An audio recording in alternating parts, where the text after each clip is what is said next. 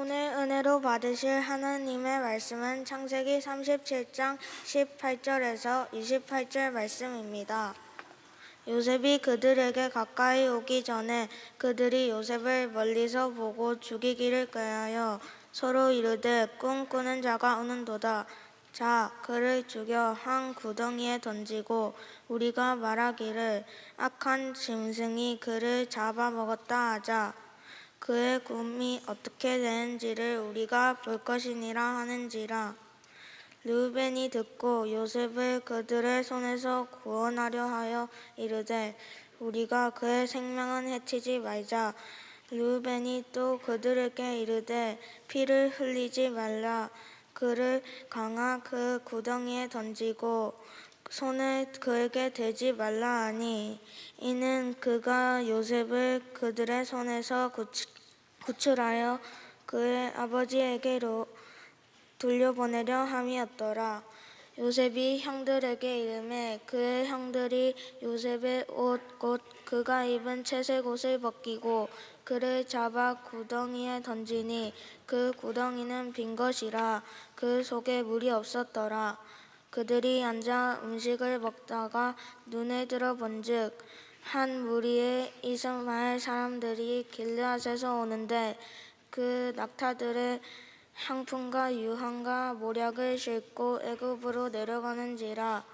유다가 자기 형제에게 이르되 우리가 우리 동생을 죽이고 그의 피를 덮어둔데 무엇이 유익할까?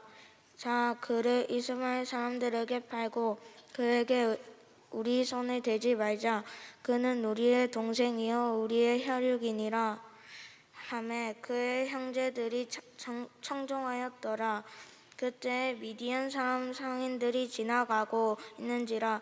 형들이 요셉을 구덩이에서 끌어올리고 은 20에 그를 이스마엘 사람들에게 팔매 그 상인들이 요셉을 데리고 애굽으로 갔더라. 아멘.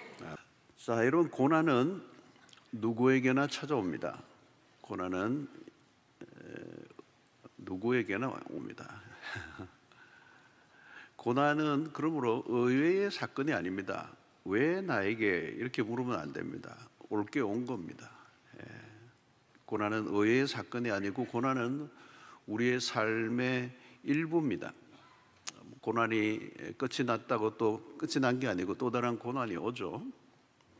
그래서 고난은 누구도 바라지 않지만 그러나 사실 그 고난은 그 무엇보다도 유익한 것입니다. 그리스도인들에게 고난은 파괴적이기보다는 창조적인 삶으로 나아가게 하는 것입니다. 자, 야곱이 요셉에게 심부름을 보냅니다. 양떼를 치고 있는 형들에게로 가서 양들과 형들이 어떻게 잘 있는지 확인하고 돌아와서 보고하라는 심부름이었습니다. 형들이 양떼를 치고 있는 곳은 세겜이라는 지역입니다. 자, 이 세겜은 우리가 잘 알고 있듯이 야곱의 딸 디나가 성폭행을 당한 곳입니다.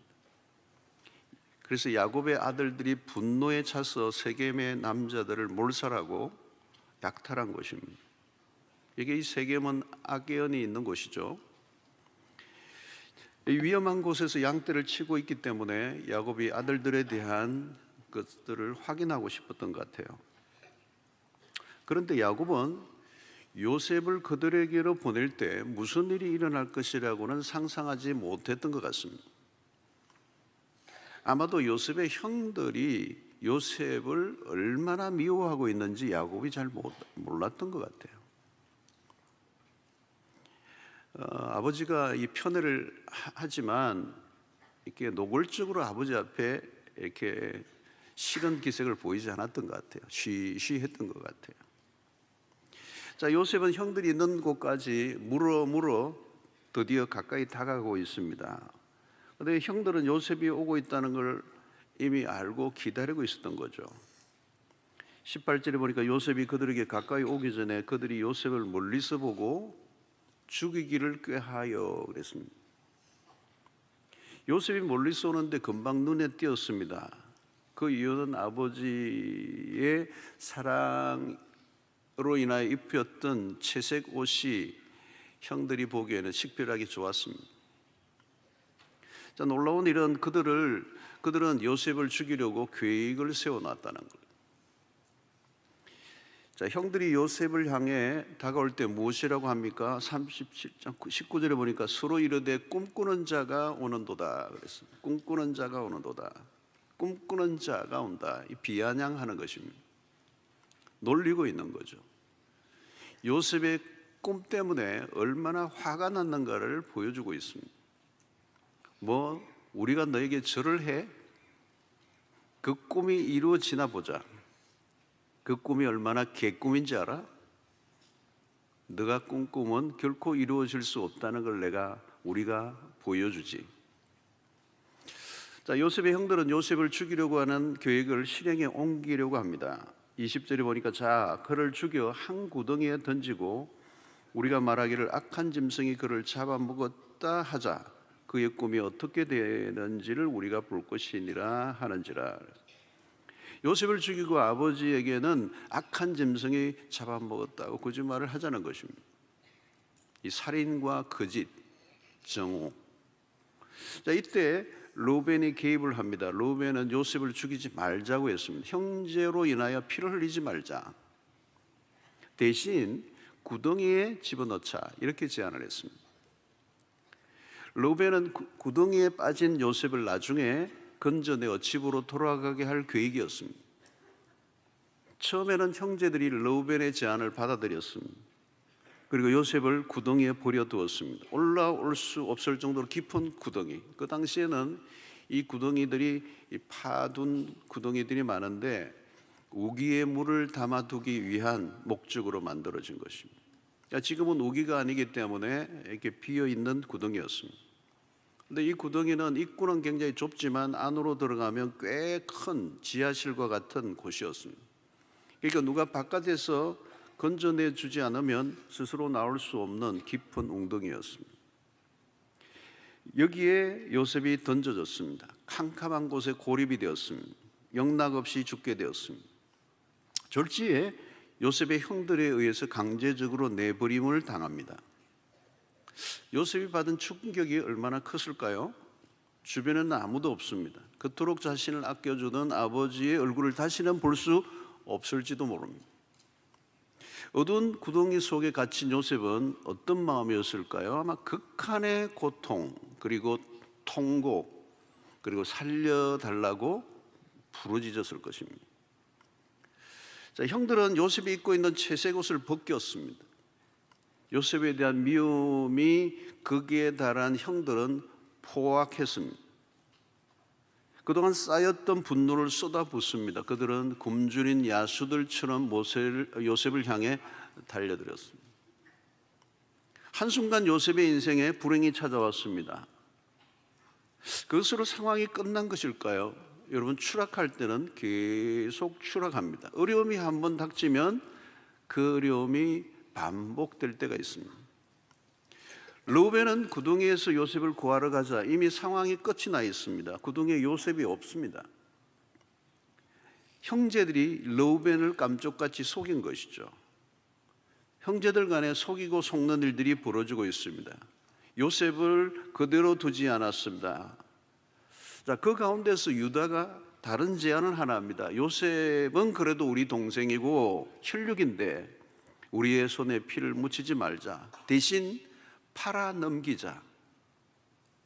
다른 형제들이 그 유다의 제안에 동의를 합니다. 28절에 보면 그때 미디안 사람 상인들이 지나가고 있는지라.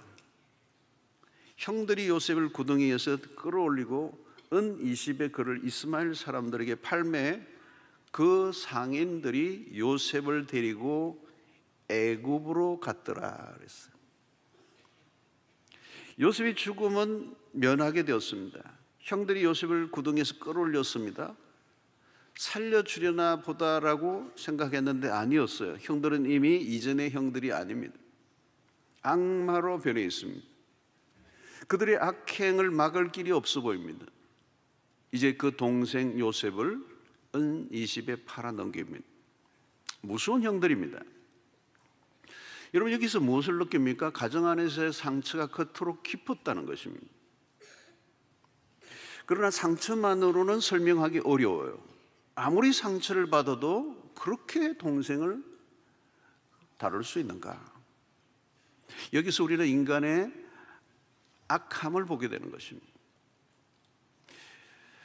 정상에서 벗어나도 많이 벗어났습니다. 여러분, 악은 굉장히 파괴적입니다.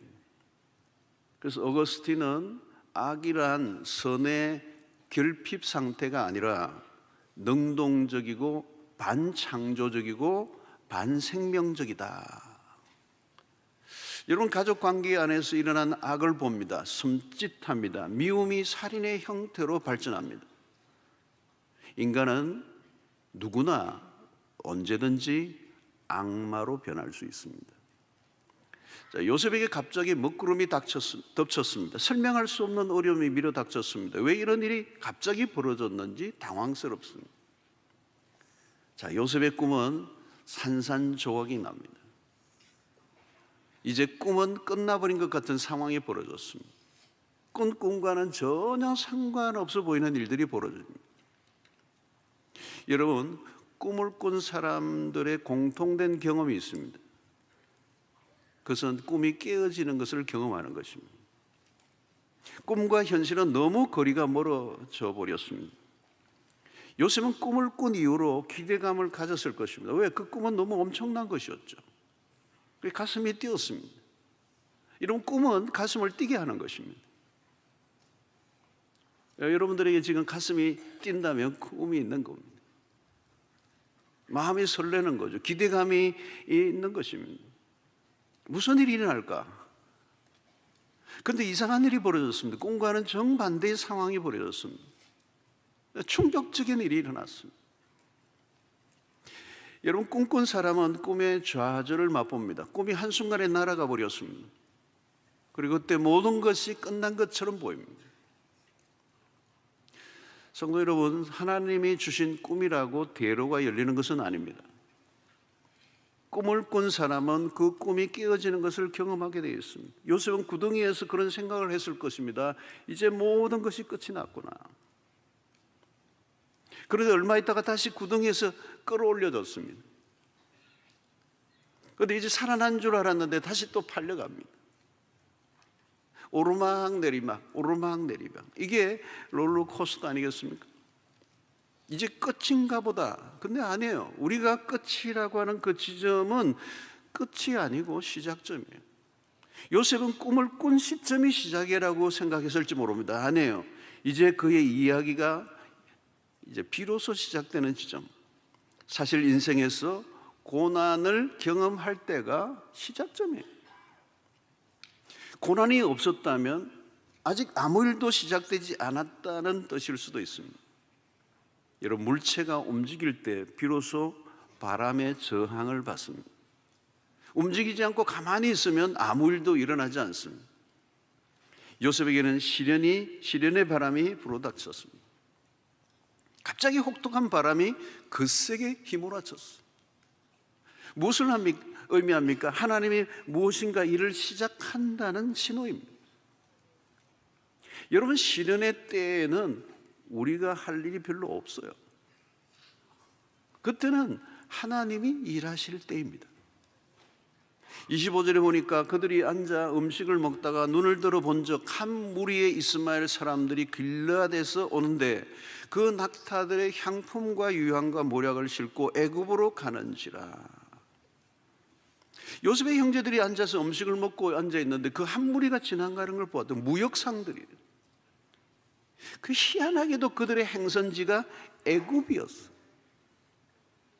왜 그때 그들이 지나가고 있었을까? 오묘한 타이밍이에요.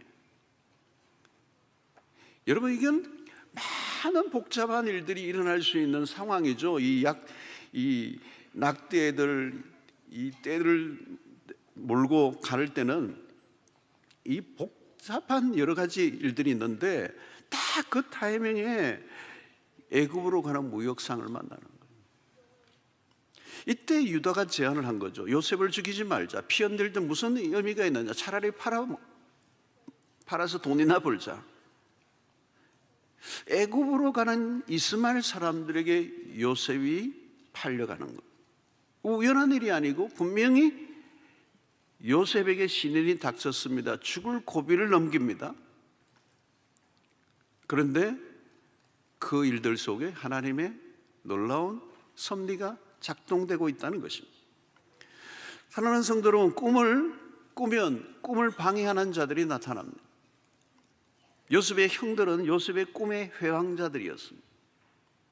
요셉의 꿈을 시기했습니다. 여러분들의 꿈을 이야기하는 순간 사람들이 꿈을 시기합니다. 하나님의 나라의 꿈을이라고 해도 사람들은 시기 질투합니다. 지혜로움이 필요해요. 하나님의 일을 한다고 모두가 박수를 쳐주지 않습니다. 아무리 선한 일을 해도 모함을 하는 사람이 나타납니다. 거룩한 뜻을 품고 주를 위해 산다고 모두가 지지해 주지 않습니다. 오해를 받습니다. 곡해를 합니다. 나는 정말 순수하게 주를 위해 살겠다고 그러는데 사람들은 이상하게 그것을 비틀어 버립니다. 음모를 합니다. 신기하죠. 어쩌면 당연한 일일지도 모르겠습니다. 여러분들이 가지고 있는 선한 뜻을 품고 주를 위해서 살아가다가 억울한 일을 당하면 누군가 누명을 세우고 오해를 하고 곡해를 하면 당황해하지 마십시오. 당연한 것입니다. 우리 주님도 오해를 받으셨습니다. 십자가의 길을 온전히 이해하고 따라온 제자가 몇 사람 있었습니까? 한 사람도 없습니다. 예수님의 형제들마저도 오해를 했습니다. 유대인으로 오신 분이 유대인들의 배척을 받으셨습니다. 여러분, 주님의 일을 하는 사람들은 오해를 받고 할 각오를 하셔야 돼요. 오해를 안 받고 사는 길이 딱 하나 있습니다. 아무 일도 안 하는 것입니다. 가만히 있으면 됩니다. 하나님의 나라의 꿈을 가지고 살아가는 사람들은 오해를 받게 되어 있습니다. 고난이 옵니다. 꿈은 가까운 사람들이 방해할 수도 있습니다. 아니, 가족들이 꿈을 반대하기도 합니다. 내가 하고 있는 일을 모든 사람들이 다 이해하고 환영할 것이라고 여기면 힘들어지는 것입니다. 요셉은 순진했습니다. 꿈을 이야기하면 모두가 반겨줄 줄 알았습니다. 그러나 현실은 냉혹했습니다. 환영하지 않는 정도가 아니라 핍박이 시작이 되었습니다. 요셉은 17세의 어린 나이입니다. 그는 세상이 얼마나 악한지 알지 못했습니다. 너무 순진하게 대하다가 험악한 꼴을 당하게 됩니다. 저항 세력이 나타납니다. 오히려 좋은 일을, 하나님의 나라의 꿈을 꿀 때 꿈을 방해하는 사람들이 나오고 인정사정 없이 그 꿈을 잘라버리는 사람들이 나오는 것, 아무도 꿈을 도와주지 않는 것입니다. 자칫하면 그 꿈꾼 자를 구덩이로 밀어넣는 모습이에요. 여러분, 사람들이 파놓은 구덩이는 어디에나 있습니다. 우리를 빠뜨리려는 함정이 한둘이 아닙니다. 세상은 무자비합니다. 자, 그는 구덩이에서 겨우 건져냄을 받았습니다. 그런데 다시 노예로 팔려갑니다. 그는 사랑하는 아버지의 집으로 돌아갈 수가 없었습니다. 17세의 나이에 겪기에는 너무 충격적인 일을 경험하고 있습니다. 사랑하는 성도 여러분, 꿈은 금방 이루어지지 않습니다. 꿈은 미래입니다. 꿈이 언제 이루어질지는 아무도 모릅니다. 꿈을 꾸었다고 당장 이루어지지 않습니다. 꿈은 시간을 필요로 합니다. 꿈을 꾼 사람은 기다려야 합니다. 꿈이 빨리 이루어졌다면 그것은 꿈이 아닐 가능성이 있어요. 사람들은 빠른 성취를 원합니다. 여러분, 오늘날 조급증 환자들이 너무 많습니다. 우리도 모르게 너무 조급해졌어요. 여러분, 정신과적인 환자들이 늘어나는 이유가 무엇입니까? 이 조급증입니다. 조급하면 불안하게 돼 있어요. 정신과적인 환자들이 늘어나는 이유는 뭘까요, 여러분? 빠른 성공을 원하기 때문입니다.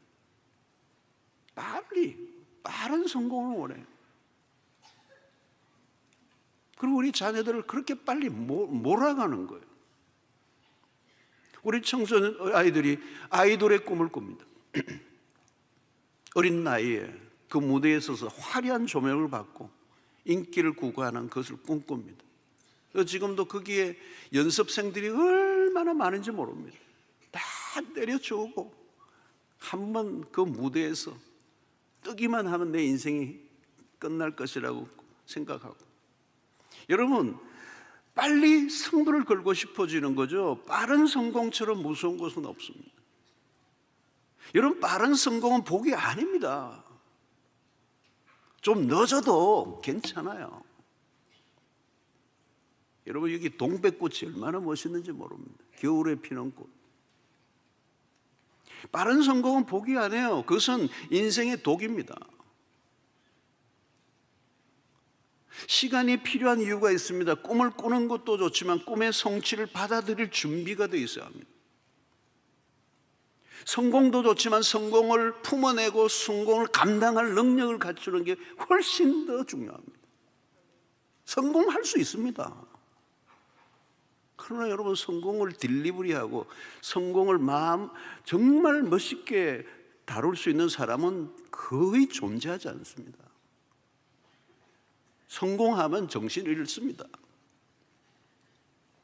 기도하는 것 좋지만 기도 응답을 받을 준비가 되어 있어야 됩니다. 응답하지 마시고요, 응답받을 준비됐으면 하나님이 당신의 자녀들에게 뭘 안 주시고 싶어 하시겠어요? 받을 준비가 우리가 되어 있어요. 우리가 준비가 안 됐는데 응답해 주시면 그 응답은 응답이 될 수가 없죠. 하나님이 너무 잘 아십니다. 우리 자녀들 키울 때 여러분 너무도 잘 아시잖아요. 너 그거 안 돼. 아무리 원해도 나이가 안 됐는데 너 어떻게 차를 사줘요? 안 되잖아요. 너 준비되면. 여러분 하나님은 우리를 잘 아십니다. 우리는 우리를 너무 잘 몰라요. 우리보다 우리를 더 잘 아시는 분이 때를 지고 있다는 말이죠. 우리가 때를 지고 있으면 큰일 나는 겁니다. 타임을 우리가 지고 있으면 큰일 나는 거예요. 그래서 우리에게 그걸 맡기지 않았다고. 우리는 우리의 때를 알지 못해요. 하나님이 때를 지고 계신다고요. 하나님은 정확하게 때를 맞추시는 분입니다. 여러분 꿈을 주셨다고 당장 안겨주시지 않습니다. 꿈을 받을 준비가 되어 있어야 돼요. 그래서 필요한 것이 시간입니다. 시간을 대신할 수 있는 건 없어요. 때로는 시간이 길어질 수가 있습니다. 길어질 때 우리가 힘들어야죠. 그러나 그 시간을 품어내야 합니다. 그걸 거부하면 안 됩니다. 그 시간은 필요한 것이기 때문에.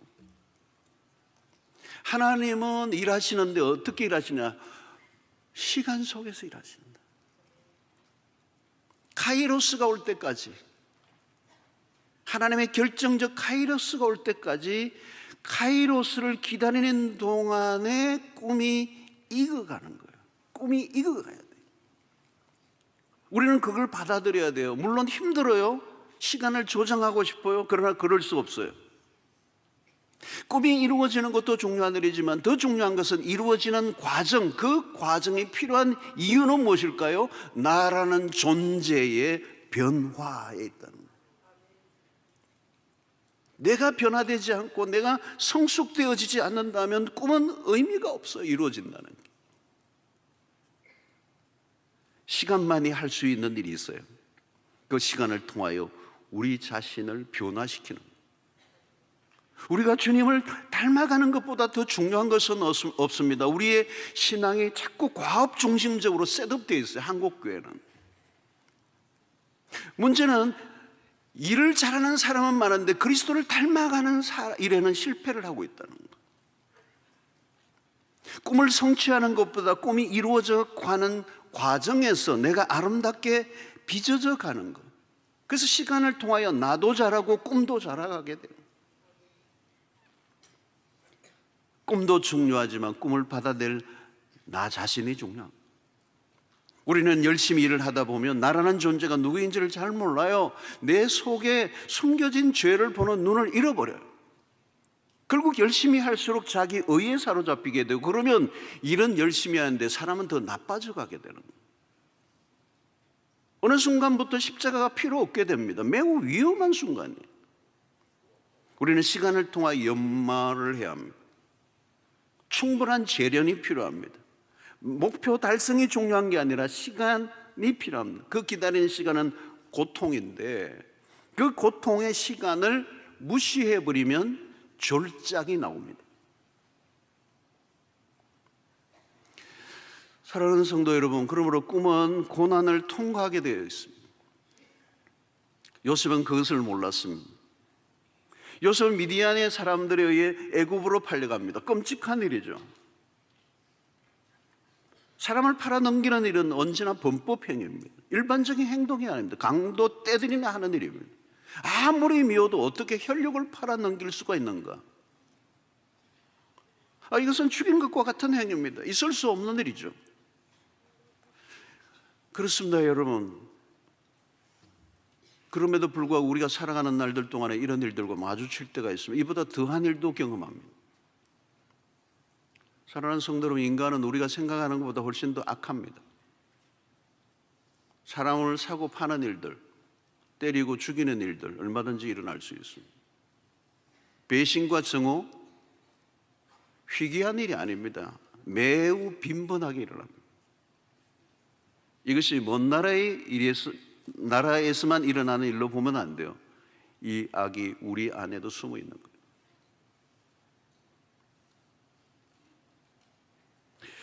자, 37절의 끝이, 37장의 끝절을 보면 그 미디안 사람들은 그를 애굽에서 바로의 신하 친위대장 보디발에게 팔았더라. 자, 바로의 28절에도 나옵니다만 오늘 36절에 이제 애굽이라는 단어가 나오는 거예요. 애굽. 친위대장 보디발의 집에 이제 팔려간.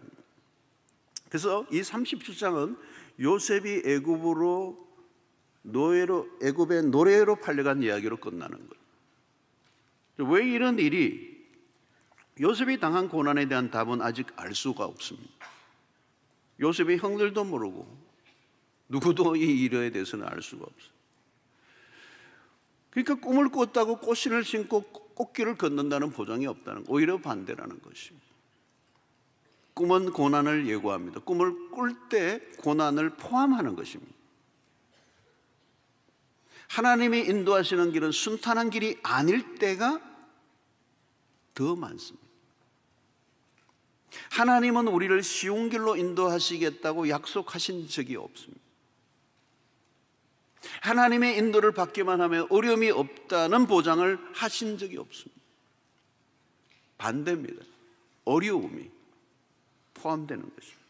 여러분, 시편 23편 얼마나 좋습니까? 여호와는 나의 목자시니 내게 부족함이 없으므로 그가 나를 푸른 저장에 실만한 물, 다 안 하겠습니다. 그것까지만. 너 얼마나 좋아요, 여러분. 그러나 여러분, 곧 어떻게 해요? 사망의 음침한 골짜기가 나와요. 원수의 목전에 서는 일들도 일어나요. 하나님은 쉬운 길을 약속하시지 않으시지만 분명한 것은 있습니다. 하나님은 신실하신 분이라는 걸 우리에게 알려주십니다. 우리가 살아가는 동안에 상황을 보면 위험합니다. 시험에 들기 쉬워요. 그러나 우리가 바라보아야 하는 것은 언제나 신실하신 하나님, 그 신실하신 하나님은 결코 변덕스럽지 않다는 것. 우리의 미래는 알 수 없어요. 폭풍처럼 고난이 몰려오지만, 때로는 빠져나갈 구멍이 하나도 없지만, 우리가 바라보아야 할 것은 신실하신 하나님. 여러분, 시련은 갑자기 불어닥칩니다. 가는 길을 가로막는 일이 벌어집니다. 갑작스러운 가족의 죽음, 사업의 실패,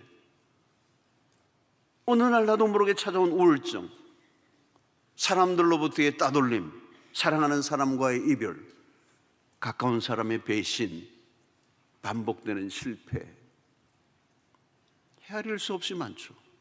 그때마다 우리는 왜라는 질문을 던집니다. 왜? 여러분, 우리의 삶은 쉽게 무너집니다. 평소에는 잘 몰라요. 우리는 우리가 생각하는 것보다 훨씬 더 약합니다. 질그릇과 같습니다. 우리의 마음은 유리그릇처럼 잘 부서집니다. 그래서 어려운 일이 몰아닥칠 때는 정신을 차릴 수가 없죠. 요셉은 자신이 꾼 꿈에 대해서, 자신이 꾼 꿈이 아니죠, 하나님이 꾸게 하신 꿈이에요. 그 말은 뭐냐면 우리의 인생은 수동태라는 것입니다. 지금 요셉이 애굽으로 팔려가는 이 일은 요셉과 전혀 상관없이 일어나는 일입니다. 우리가 보아야 하는 것은 요셉과 상관없이 돌아가는 일들, 요셉은 그냥 수동적으로, 피동적으로 받아들일 수밖에 없는 거죠. 애굽으로 어떻게 올 수 있었는가요? 요셉의 의도는 조금도 들어가지 않았습니다. 요셉이 지금 애굽으로 올 것이라고는 상상도 하지 않았어요. 그의 플랜에는 없었습니다. 그의 꿈이 이렇게 되리라는 건 상상할 수 없었습니다. 그런데 중요한 사실은 하나 있습니다. 그가 애굽으로 와야만 합니다. 요셉에게 있어서 이 애굽은 매우 중요한 키워드입니다. 여기에 하나님의 놀라운 비밀이 애굽에 들어 있습니다. 애굽을 통하여 일어나는 여러 가지 사건들이 결국은 하나님의 거대한 마스터 플랜과 연결되어 있습니다.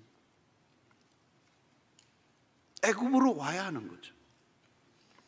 자, 그러면 이야기를 한번 거슬러 올라가 보도록 하죠. 거슬러 올라가면 우선 이 애굽으로 오게 한 원인 제공의 첫 번째는 아버지 야곱처럼 보여요. 야곱은 왜 요셉을 양떼를 돌보고 있는 형들에게로 보냈을까?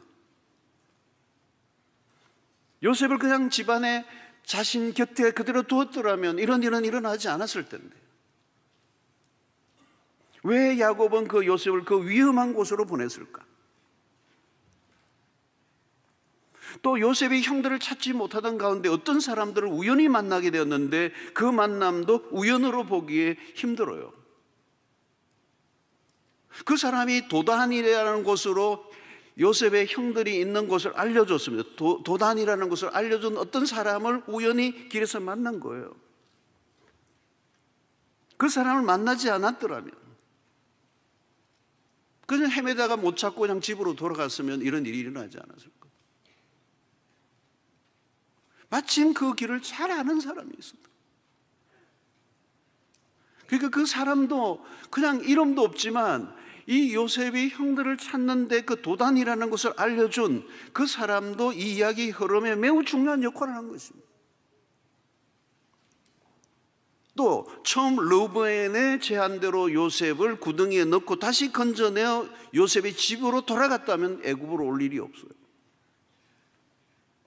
근데 르우벤의 계획이 실패하고 르우벤이 없는 가운데 다른 형제들이 모의하여 요셉을 팔아 넘기려고 해요. 그리고 형들이 요셉을 팔아 넘기고 싶은 그 생각을 할 때 바로 그때 애굽으로 가는 상인들을 만난 것도 우연이 아니에요. 이 약탈을 거느리는 상인들이 그 길을 그때 지나갔다는 것은 우연처럼 보이지만 우연이 아니에요.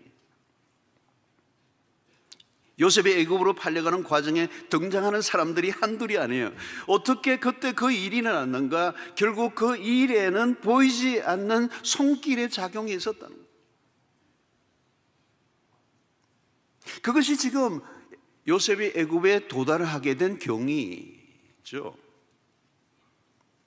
나중에 밝혀지겠지만 요셉이 애굽으로 가야만 하는 중요한 이유, 당장은 왜 자신이 지금 애굽으로 팔려와야 하는지 알 수 없는 일이었죠. 왜 아버지의 집에서 사랑받던 아들이 이 애굽의 땅에 노예의 자리로 와 있는가? 왜 애굽입니까? 이 질문을 얼마나 많이 했겠어요. 왜 지금 이런 상황에 놓여 있게 하십니까? 왜? 내 인생에 한 번도 생각해 보지 않았던 길로 이끌려지고 있다는 이 불편함. 자, 그런데 37장은 요셉이 애굽에 당대하는 이야기로 끝이 난다는 것은 참 놀라운 것입니다. 요셉이 애굽에 온 것은 요셉 스토리에 너무도 중요한 사건이에요. 그러나 여러분, 요셉의 입장에서 보면 그 꿈은 산산조각이 났습니다. 미래가 보이지 않습니다. 요셉은 더 이상 꿈 얘기를 하고 싶지 않습니다. 아마 모르긴 해도 요셉은 그 깊은 미궁에 빠지는 자신의 인생을 바라보며 하나님에 대한 의심과 원망도 분명히 했을 것입니다. 꿈을 보여주실 때는 언제고 내 인생을 이렇게 내팽개쳐 버리실 때는 언제입니까? 이해할 수 없는 상황에 빠져들은 겁니다. 여러분, 최악의 상황에 봉착하면 드는 생각이 무엇입니까? 내가 내 인생이 이 정도로 망가졌다면 이제 하나님도 수습할 수 없어. 하나님도 어찌할 수 없는 상황이야. 여러분, 망가질 때는 망가지면요, 그런 생각이 드는 거예요. 이제 뭐 다 끝난 거잖아. 더 이상 어떻게 나빠질 수 있어? 최악의 상황이야. 완전 바닥이야. 하나님도 수습할 수 없어. 이제 끝난 거야. 여러분, 그 정도로 생각이 들면 사람들이 극단적인 생각을 하기도 하죠. 그냥 죽자, 그냥. 모든 것이 엉망진창이 되었습니다. 하나님이 주셨던 그 꿈과는 너무도 거리가 먼 상황. 이때는 감당하기 힘들어지죠. 이때 대개는 절망하게 됩니다. 요셉은 지금 현실을 받아들이기는 너무 멀리 갔습니다. 이때 이런 상황 속에 사람들은 분노와 절망을 하게 되는 거예요. 이런 현실을 다루기 힘들어요. 고통스러운 현실입니다. 여러분, 믿음 생활을 잘 해온 사람도 마찬가지입니다. 어려운 것은 어려운 거예요. 우리는 쉽게 요셉에 대해서 설명하면서 요셉을 너무 미화하면서 너무 쉽게 결론으로 가버리는 거죠. 요셉은 믿음이 있었기 때문에 고통을 거뜬히 이겨냈다. 하나님의 섭리를 굳게 믿었던 신앙이었기 때문에 요셉은 원망과 불평을 전혀 하지 않았다. 뭐 이렇게 해석을 많이 해요. 여러분, 그렇게 적용하면 간단하죠. 그러나 여러분, 요셉은 철인이 아닙니다. 슈퍼맨이 아닙니다. 보통 사람입니다. 그런 어려움 속에서 요셉은 전혀 고통이 없었을 것이다 라고 믿음으로 다 극복해냈다고 이렇게 말하면 할 얘기가 없어져요. 그러나 여러분, 고통은 고통인 거예요. 기도했더니 고통이 싹 사라졌다, 할렐루야. 그러면 너무 쉬워요. 아마 요셉은 고통 속에 절규를 했을 것입니다. 여러분, 고통을 지나가는 동안에는 별 다른 길이 없어요. 힘들 때는 힘든 거예요.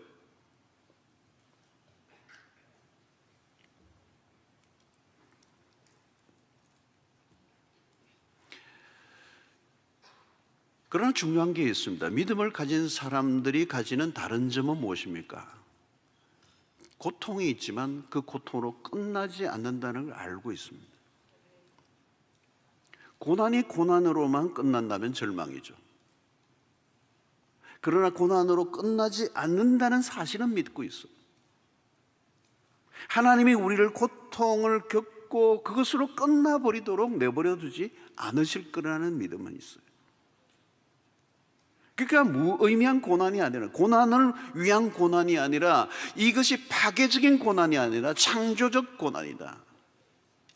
하나님이 이 고난을 다루고 있다는 사실을 믿고 있는 것입니다. 요셉의 형들에게서 드러난 악들까지도 하나님의 주권 속에 있습니다. 형들의 정오심, 거짓됨, 요셉에게 가해진 형들의 폭력적이고 살인적인 행인들까지도 하나님의 주권 안에 있다. 하나님의 주권 바깥에 일어나는 것은 하나도 없다. 하나님이 인간의 악마저도 구원의 도구로 사용하신다. 하나님은 죄를 만드시는 분이 아닙니다. 그러나 하나님은 인간의 죄를 당신의 목적을 위해 사용하신다는 거예요. 인간은 자기 마음대로 악을 행합니다. 하나님은 일일이 그 죄악들을 행할 때마다 억제하지는 않으십니다. 그래서 때로는 모든 것이 악인의 뜻대로 돌아가는 것처럼 보입니다. 그때 의인은 절망을 하죠. 우리의 인생 가운데 당황을 할 때가 언제입니까? 일어나지 않았으면 하는 일이 일어날 때, 그때 우리는 좌절합니다. 그러나 하나님은 우리가 일어나지 않았으면 하는 그 일을 통하여 하나님의 일을 이루신다는 거예요. 여러분, 오늘 보면 요셉의 인간적인 실수도 있고 형들이 악한 행동들이 이렇게 등장합니다. 그런데 놀랍게도 그 속에서 하나님은 하나님의 일을 하고 계신다는 거예요. 요셉이 형들이 죽임을 당할 위기에 빠졌을 때 유다가 딱 나타나 형제들을 설득합니다. 그 유다가 그 제안을 할 때 그 시점에 애굽으로 가는 상인들이 나타나. 하나님이 유다를 사용하셔서 요셉을 살려내셨어요. 악한 도모가 가득한 곳에서도 하나님이 요셉의 생명에는 손을 대지 못하도록 하고 계시는 거죠. 여러분, 꿈이 이루어져 가는 과정에 아슬아슬한 일들이 수도 없이 반복됩니다. 그러나 꿈을 주신 하나님은 그 꿈의 배달 사고가 나지 않도록 철저히 세밀하게 돌보시는 하나님. 하나님은 우리에게 주실 선물을 시련이라는 보자기에 사서 보내십니다. 지금도 마찬가지입니다. 요셉이나 질이 안 좋은 형들만이 아닙니다. 우리 여전히 죄악 가운데 삽니다. 우리도 늘 부족하고 실수투성입니다. 우리가 우리 자신을 보기에도 하나님을 돕기보다는 방해할 때가 더 많습니다. 그럼에도 하나님은 하나님의 일을 이루어내시는 분이십니다. 여러분, 우리의 실수와 악인의 행포로 인하여 하나님의 역사가 실패하는 일은 없습니다. 우리의 믿음은 여기 있어야 돼요. 우리 자신이나 우리 주변에 일어난 상황에 마음을 두면 당장 넘어집니다. 하나님의 나라는 우리가 세워갈 수 있는 게 아니고 오직 하나님의 나라는, 당신의 뜻은 하나님이 이루고 세우신다.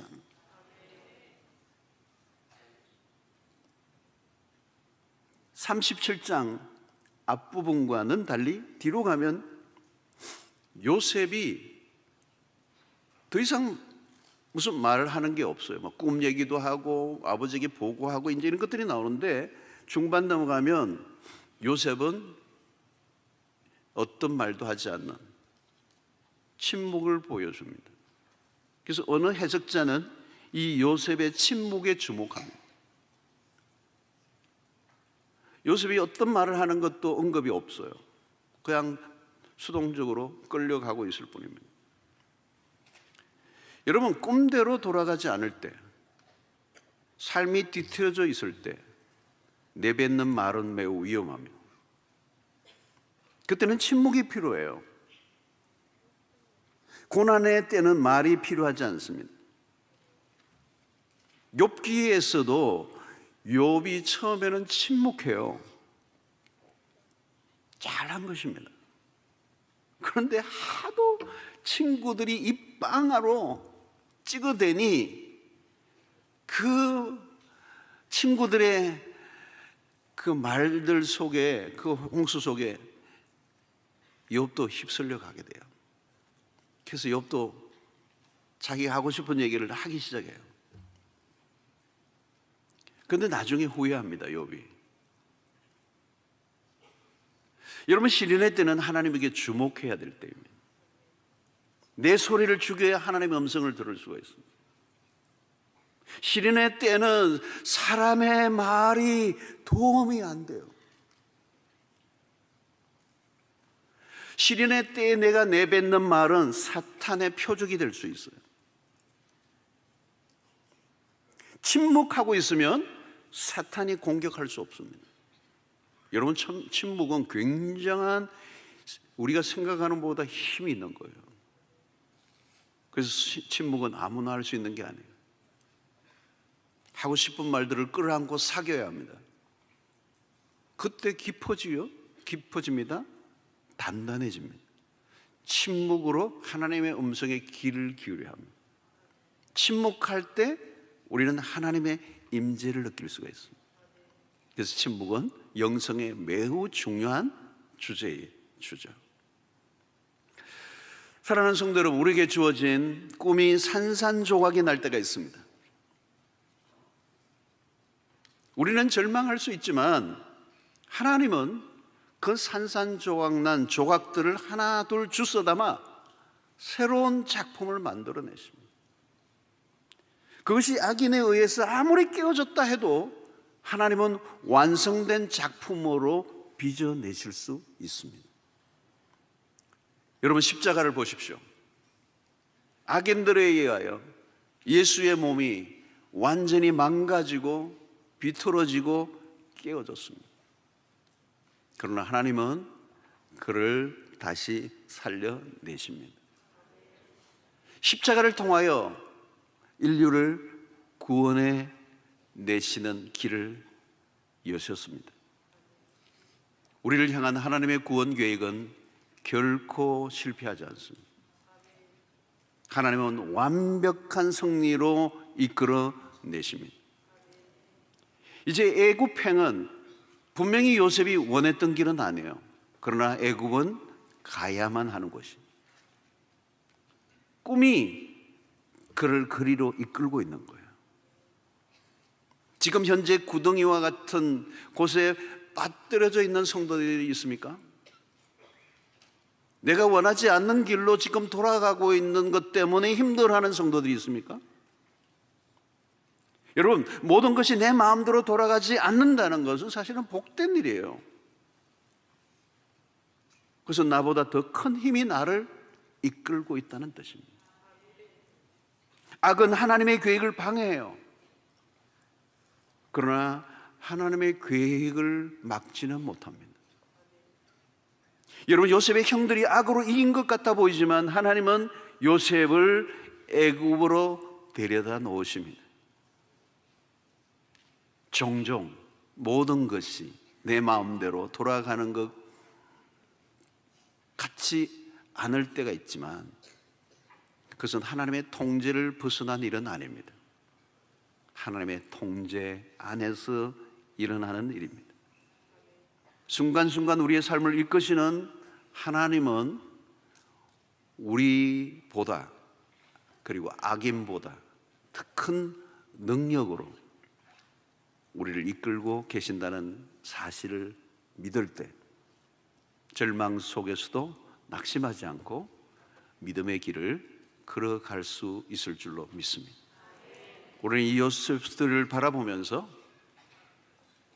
우리는 계속해서 하나님이 움직이시는, 그러나 눈에는 띄지 않지만 모든 장면과 사건 속에서 숨이 막힐 정도로 철저하게 하나님의 계획 속에 모든 것을 다루어 가시는 그 주님의 손길을 목격하고 또 그것을 알아내고 그 하나님의 손길 속에 우리의 삶을 내어 맡기는 믿음의 순례자들이 되시기를 주의 이름으로 축원합니다.